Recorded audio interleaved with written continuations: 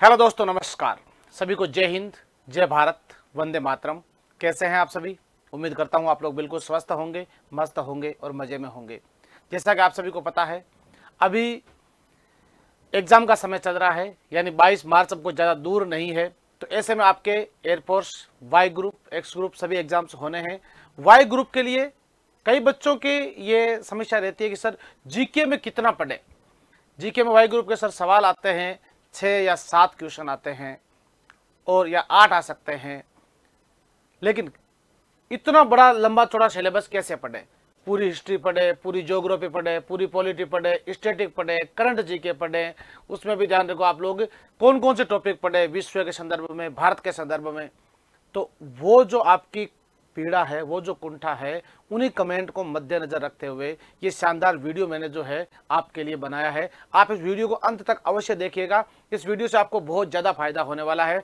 मैं आपको बताता हूं, जीके में आपके पिछले जितने भी एग्जाम्स हुए हैं उनको मद्देनजर रखते हुए सबसे ज्यादा क्वेश्चन कौन से पूछे जाते हैं, किस टॉपिक से सर्वाधिक क्वेश्चन पूछे गए हैं, और लगभग जितने भी वाई ग्रुप का पेपर होता है उसी टॉपिक्स के अकॉर्डिंग घूमता रहता है। तो वो टॉपिक्स मैं आपको बता रहा हूं, वीडियो को अंत तक देखना, उन टॉपिक्स को एक बार पूर्णतः रिवीजन कर देना, शानदार तरीके से ध्यान रखें आप लोग। तो दोस्तों, शानदार और लाजवाब पेपर आपका होने वाला है, ऐसी कामना के साथ में। तो आपके अपना जो थंबनेल है बिल्कुल उसके अकॉर्डिंग ही बात करेंगे अपन। Air force, Y group, GK important topics, कौन से टॉपिक्स है जिसके ऊपर आपको सर्वाधिक ध्यान देने की जरूरत है, इंपोर्टेंट है। मैं अगर आपसे बात करूं तो सबसे पहला मेरा टॉपिक रहेगा आपके लिए, वो रहेगा महत्वपूर्ण युद्ध। याद रखना, युद्ध में कोई लंबा चौड़ा डीप आपको नहीं जाना है। आपको यह ध्यान रखना है कौन सा युद्ध कब लड़ा गया, विजय कौन हुआ, हारा कौन, या इसका कोई इंपॉर्टेंट फैक्ट बनता है, तब ध्यान रखें आप लोग। जैसे कई बार पूछा गया है कि किस युद्ध के बाद शेरशाह ने कहा था कि मैं मुट्ठी भर बाजरे के लिए हिंदुस्तान की बादशाहत खो देता, तब आपका उत्तर हो जाता है गिरी सुमेल का युद्ध, मालदेव और शेरशाह सूरी के मध्य 1544 ईस्वी। तो ऐसे क्वेश्चन जो है वो आपको अच्छे से ध्यान रखने पड़ेंगे। जैसे युद्धों में सबसे ज्यादा युद्ध अगर पूछे गए हैं तो एक तो ध्यान रखना, कलिंग का युद्ध 261 ईसा पूर्व, पोरुष का युद्ध 326 ईसा पूर्व, 712 ध्यान रखें आप लोग, कासिम का आक्रमण, फिर 1025 ईस्वी महमूद गजनवी का भारत पर आक्रमण, 1191 त्रैन का पहला युद्ध, 1192 त्रैन का दूसरा युद्ध, और इसके बाद सबसे इंपॉर्टेंट रहेगा पानीपत का पहला युद्ध 1526 ईस्वी, पानीपत का दूसरा युद्ध 1556 ईस्वी, और पानीपत का तीसरा युद्ध 1761 ईस्वी, और 1576 ईस्वी हल्दी घाटी का युद्ध, और 1527 ईस्वी खानवा का युद्ध। इसके बाद आपको सीधे 1757 ईस्वी प्लासी का युद्ध और 1764 ईस्वी बक्सर का युद्ध, साथ में 1962 भारत और चीन के मध्य युद्ध, 1965 भारत पाकिस्तान युद्ध, 1962 भारत और चाइना, 1965 भारत और पाकिस्तान, 1971 भारत और पाकिस्तान, 1999 ईस्वी कारगिल का युद्ध। ये युद्ध आपके एग्जाम में सबसे ज्यादा बार पूछे गए हैं, तो इनके ऊपर आपको विशेष से ध्यान रखना है। तो ये आपके महत्वपूर्ण युद्धों के बारे में जानकारी ध्यान रखनी है। फिर आपको खेल में देखो कौन से देश का कौन सा राष्ट्रीय खेल है। जैसे भारत का हॉकी है, पाकिस्तान का हॉकी, अमेरिका का बेसबॉल है, भूटान का तीरंदाजी है। वैसे ही आपसे बहुत ज्यादा क्वेश्चन जो है आपसे पूछे जाएंगे कि कौन सा कब खेल खेला गया था, इसके बारे में आपको अच्छे से ध्यान रखना है। फिर आपको ध्यान रखना है ओलंपिक, याद रखना है 2024 ओलंपिक गेम्स कहां आयोजित हुए थे। मैंने पूरा इसको यूट्यूब मैराथन क्लास अपने जो ली थी उसमें भी बताया था मैंने आपको। 21 तारीख को अपनी मैराथन होनी, उसमें भी ये सारे टॉपिक्स जो मैं एक साथ आपको कवर करवाने का प्रयास करूंगा। तो ओलंपिक गेम्स कब खेले गए, कहां खेले गए, 2024 के पेरिस ओलंपिक, उसमें भारत की तरफ से किस किस ने मेडल जीता। खेल के क्षेत्र में भारत का सर्वोच्च पुरस्कार मेजर ध्यानचंद पुरस्कार जो है इस बार किस किस को दिया गया है। जैसे डी गुकेश को दिया गया है, मनु भाकर को दिया गया है, प्रवीण कुमार को दिया गया है पैरा में। और दोस्तों ध्यान रखें आप लोग कि ये अवार्ड कितनी धनराशि दी जाती है, 25 लाख रुपए। पहले इसका नाम जो है राजीव गांधी खेल रत्न पुरस्कार हुआ करता था, वर्तमान में इसका नाम मेजर ध्यानचंद खेल रत्न पुरस्कार कब से हुआ। तो ये आपके क्वेश्चन जो है एग्जाम में पूछे जा सकते हैं भाई, ध्यान रखें आप लोग, ठीक है। और इसके अलावा देखो नेक्स्ट पॉइंट बनता है आपका महत्वपूर्ण राष्ट्रीय और अंतर्राष्ट्रीय पुरस्कार। मैंने आपको बता दिए, इसमें आपको केवल एक सारणी बनानी है। अंतर्राष्ट्रीय पुरस्कार में कौन सा पुरस्कार, नाम क्या है, कब प्रारंभ हुआ, कौन सा देश देता है, कितनी धनराशि देता है और किस क्षेत्र में दिया जाता है। और एक आपको लिखना है करंटली ये प्रथम भारतीय कौन है जिसने अवार्ड जीता है, और वर्तमान में अगर किसी ने जीता है तो बस, बाकी व्याख्या आपको ज्यादा लंबी चौड़ी दिमाग में नहीं लगाना। जैसे आपके प्रश्न आ गया, नोबेल पुरस्कार 1901 ईस्वी में प्रारंभ हुआ था, स्वीडन देश देता है। ठीक है, और किस किस क्षेत्र में दिया जाता है भाई, शांति में देते हैं, साहित्य में देते हैं, फिजिक्स में देते हैं, केमिस्ट्री में देते हैं और इकोनॉमिक्स में दिया जाता है। तो ये अवार्ड जो है कौन कौन से किस किस क्षेत्र में दिया, चिकित्सा के क्षेत्र में दिया जाता है, वैसे 6 क्षेत्र हो गए। तो किस किस क्षेत्र में दिया जाता है, जैसे ग्रैमी अवार्ड है वो संगीत के क्षेत्र में, संगीत की 108 श्रेणियों में दिया जाता है। अभी करंटली फरवरी में जैसे ऑस्कर अवार्ड मिला है, तो ऑस्कर अवार्ड 1929 में अमेरिका के द्वारा फिल्म क्षेत्र में दिया जाने वाला सबसे बड़ा पुरस्कार है। पुलित्जर पुरस्कार 1917 में प्रारंभ हुआ था, अमेरिका देता है, और विश्व में पत्रकारिता के क्षेत्र का सबसे बड़ा पुरस्कार है। उसी तरह से भारत रत्न, भारत का सर्वोच्च नागरिकता पुरस्कार है, पहला किसको मिला था, वर्तमान किसको मिले हैं, ध्यान रखें आप लोग। पद्म विभूषण है, पद्म भूषण है, पद्म श्री पुरस्कार है, ज्ञानपीठ पुरस्कार है, दादा साहब फाल्के पुरस्कार है, परमवीर चक्र है, महावीर चक्र, शौर्य चक्र, कीर्ति चक्र। मेन आपको इसको कब प्रारंभ हुआ और प्रथम और अंतिम विजेता कौन है, बस ज्यादा दिमाग आपको नहीं लगाना इसके ऊपर, ठीक है। इसके बाद मैंने नेक्स्ट टॉपिक आपको बताया है प्रथम महिला और प्रथम पुरुष। यह सवाल भी आपके एग्जाम में पक्का पूछते हैं भाई, ध्यान रखें आप लोग। प्रथम महिला और प्रथम पुरुष।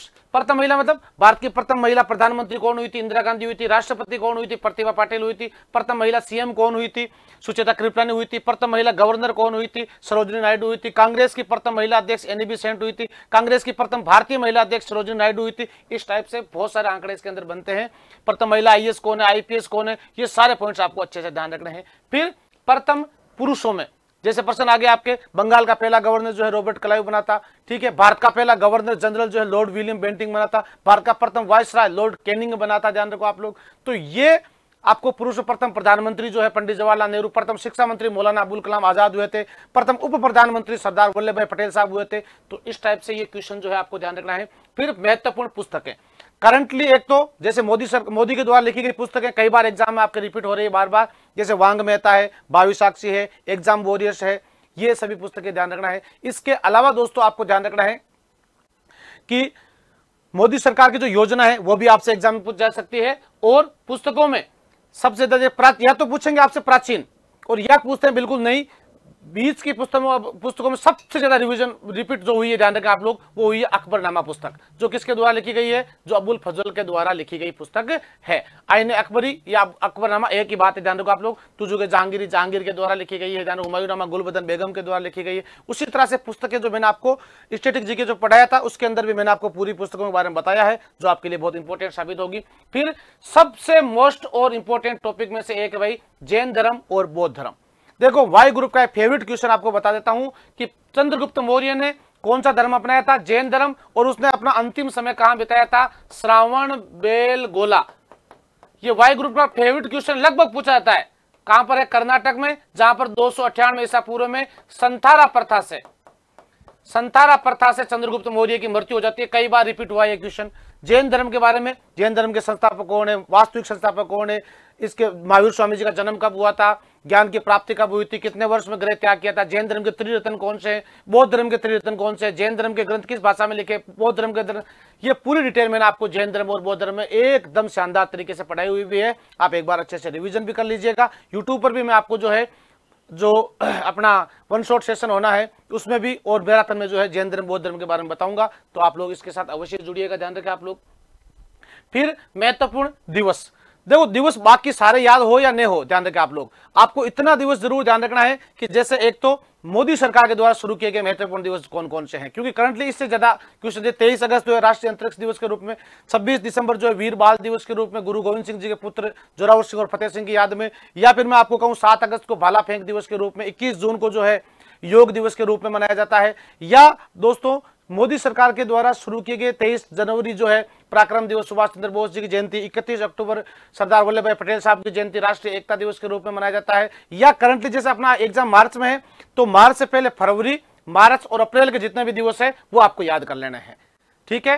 फिर अगला प्रश्न आता है आपके, राज्य राजधानी सीएम, एक सवाल फिक्स से डन लो कर लो आप लोग, कौन से राज्य का मुख्यमंत्री कौन है और उसकी राजधानी कहां पर है, केंद्र शासित प्रदेश की राजधानी कहां पर है, उसका उपराज्यपाल कौन है, और राज्यों के राज्यपाल जो करंट वर्तमान, जैसे मणिपुर का चेंज हुआ था, ध्यान रखें आप लोग, ये जो चेंज हुए ना उनके बारे में आपको अच्छे से ध्यान रखना है। राज्य, राजधानी, सीएम और गवर्नर के बारे में भाई, आगे बात समझ में।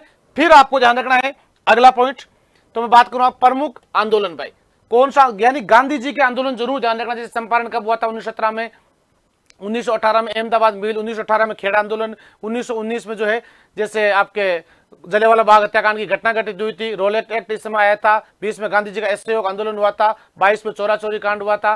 फिर 25 में जो काकोरी ट्रेन एक्शन हुआ था। ये क्रमबद्ध आपके कई बार एग्जाम में पूछते हैं। सविनय अवज्ञा आंदोलन 1930 में हुआ था। 1932 में पूना पैक्ट हुआ था। 35 का भारत शासन अधिनियम आया था। 40 का अगस्त प्रस्ताव आया था। 42 में भारत छोड़ो आंदोलन है। 46 का कैबिनेट मिशन है। 47 की माउंट बेटन योजना है। इनमें से क्वेश्चन दोस्तों पूछते हैं। और एक कौन सा सैन्य अभ्यास आपको ज्यादा याद रहे या नहीं रहे, कम से कम भारत वाले जरूर ध्यान रखना आप लोग। भारत वाले मतलब जो भारत में आयोजित हुआ है लास्ट टाइम, कौन सा देश उसमें भारत के साथ में आया, जल आपके आर्मी का है, नेवी का है, एयरफोर्स का है, या किस सेना का है। और दोस्तों इसमें ये कहां स्थान क्या रहा है इसका भारत में, जैसे आपके बीकानेर में आयोजित हुआ है, या फिर उत्तराखंड में आयोजित हुआ है, या फिर नौसेना का जो है कोच्चि में आयोजित हुआ है, कहां आयोजित हुआ है, सैन्य अभ्यास का नाम क्या है, कब आयोजित हुआ, और कौन सा देश इसके अंदर किन किन देशों के मध्य होता है, ध्यान रखो आप लोग। ठीक है। इसके बाद में प्रमुख व्यक्ति और समाधि स्थल, बहुत छोटा टॉपिक है, मात्र 15 व्यक्तियों के समाधि स्थल जैसे आपको ध्यान रखने होते हैं। जैसे गांधी जी है, राजघाट है, ठीक है, आपके राजीव गांधी है, इंदिरा गांधी है, पंडित जवाहरलाल नेहरू है, सरदार वल्लभ भाई पटेल साहब है, चौधरी चरण सिंह जी है। इनके बस 15-17 आदमी नाम है जिनके बारे में हर बार रिपीट हो जाता है, तो ये आपको अच्छे से ध्यान रखना है। प्रमुख व्यक्ति और उपनाम, जैसे आयरन मैन के नाम से सरदार वल्लभ भाई पटेल साहब को जानते हैं अपन, आयरन लेडी इंदिरा गांधी को जानते हैं अपन, ध्यान रखें।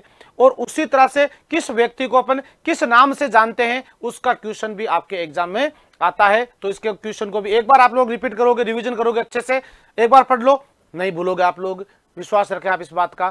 फिर आपको ध्यान रखना है प्रमुख व्यक्ति और उपनाम। इसके बाद देश, राजधानी और मुद्रा, किस देश की राजधानी कहां है, मुद्रा क्या है, ज्यादा याद रहे या नहीं रहे आपको एक ध्यान रखना है। वर्तमान करंटली मोदी ने किस देश की यात्रा की है उनको ध्यान रखना। और इसके अलावा भारत के जो पड़ोसी देश है और जिनके साथ भारत की चर्चाएं विशेष रहती है उनका भाई ध्यान रखो आप लोग। जैसे एक तो अभी सर्वाधिक चर्चा की अगर बात करूं मैं, इजराइल का याद रखो, इजराइल की राजधानी जेरूसलेम है और मुद्रा क्या है, न्यू शकेल है, ध्यान रखो आप लोग।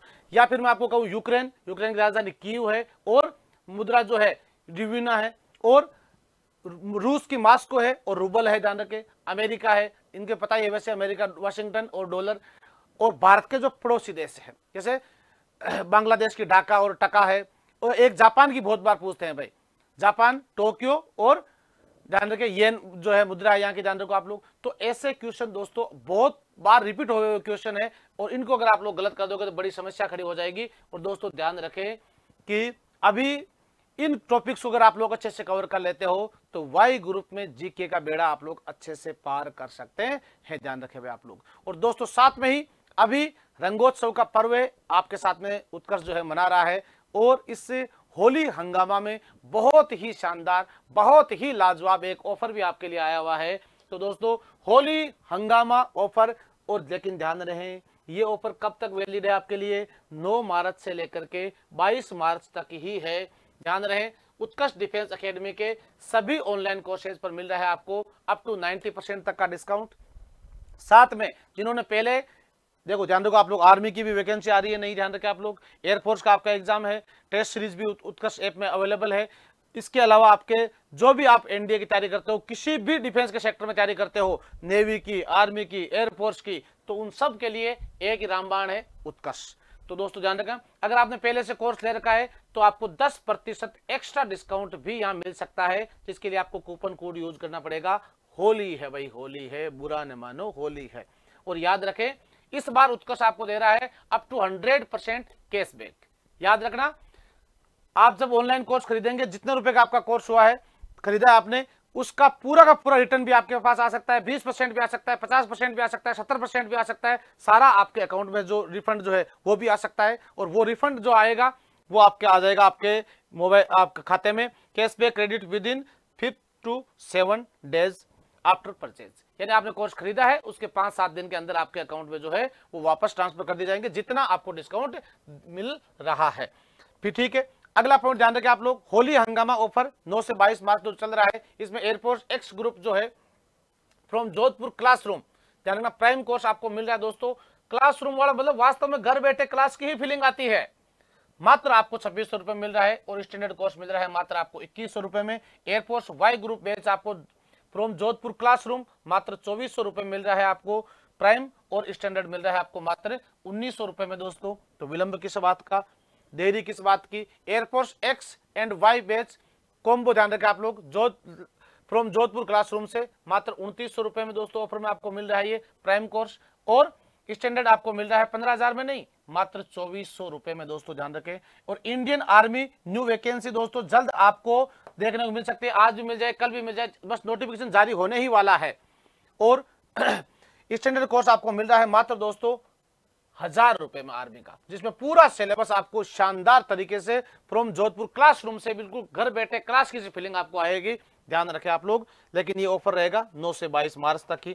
और दोस्तों NDA foundation batch from Jodhpur classroom आपको मिल रहा है मात्र 4600 रुपए में दोस्तों। इंडिया का बहुत लंबा चौड़ा सिलेबस है जो आपको दोस्तों 4600 रुपए में ऑफर में फायदा मिलेगा, बाद में इसकी रेट अलग रहेगी।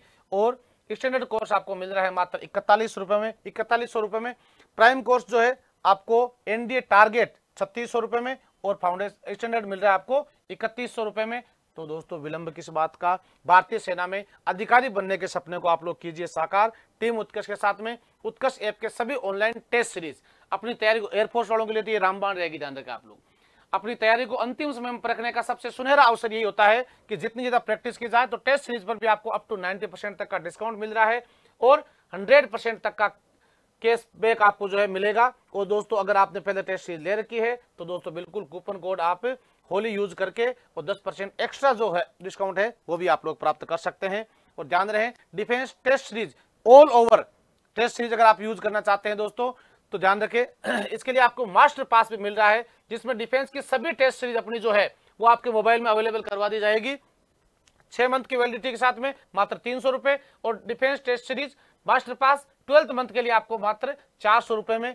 डिफेंस टेस्ट सीरीज दोस्तों एक एयरफोर्स एक्स ग्रुप के लिए मात्र दोस्तों 100 रुपए में, और वाई ग्रुप के लिए आपको दोस्तों मात्र 100 रुपए में। ध्यान रखो आप लोग, 100 रुपए से कम तो क्या ही होगा, ध्यान रखें आप लोग, ठीक है। तो यहां आपको दोस्तों इसका पूरा फायदा अगर आपको उठाना है तो दोस्तों विलंब नहीं करना चाहिए। डिफेंस टेस्ट सीरीज जो है ध्यान रखो, एयरफोर्स एक्स और वाई कॉम्बो अगर आप लेना चाहते हो तो ऑफर में आपको 100 रुपए में, और एनडीए की मिल रही है आपको मात्र 200 रुपए में आपको ये टेस्ट सीरीज मिल रही है 9 से 22 में। एनडीए का एग्जाम भी जल्द आपके सिर पर है अब तो ये भी आपके लिए बहुत रामबाण साबित होगा। और दोस्तों उत्कर्ष के सभी ऑनलाइन टेस्ट सीरीज पर आपको अप टू 90% तक का डिस्काउंट मिल रहा है, साथ में कैशबैक मैं आपको बता चुका हूं, अप टू 100% कैशबैक मिल रहा है, साथ में 10% एक्स्ट्रा डिस्काउंट जिनको पहले कोर्स परचेज कर रखा है होली कूपन कोड यूज करने पर आपको मिलेगा। तो 9 से 22 मार्च तक दोस्तों ये आपके लिए अवेलेबल रहेगा। तो ये था दोस्तों अपने वाई ग्रुप की पूरी स्ट्रेटेजी जिसके बारे में मैंने आपसे चर्चा की है। और ध्यान रखें ये टॉपिक अगर आपने पढ़ लिया अच्छे से तो भाई ध्यान रखें आप लोग एग्जाम देने के लिए बिल्कुल आप आश्वस्त रहिएगा, तैयार रहिएगा। आप सभी को होली हंगामा ऑफर का फायदा उठाइएगा। और दोस्तों होली की अग्रिम शुभकामनाओं के साथ में मैं इस वीडियो को करता हूं यही विराम। मिलते हैं और एक शानदार वीडियो के साथ में। आपको ये वीडियो कैसा लगा और आप लोग कमेंट करके अपनी राय अवश्य दीजिएगा। सभी को जय हिंद, जय भारत, वंदे मातरम।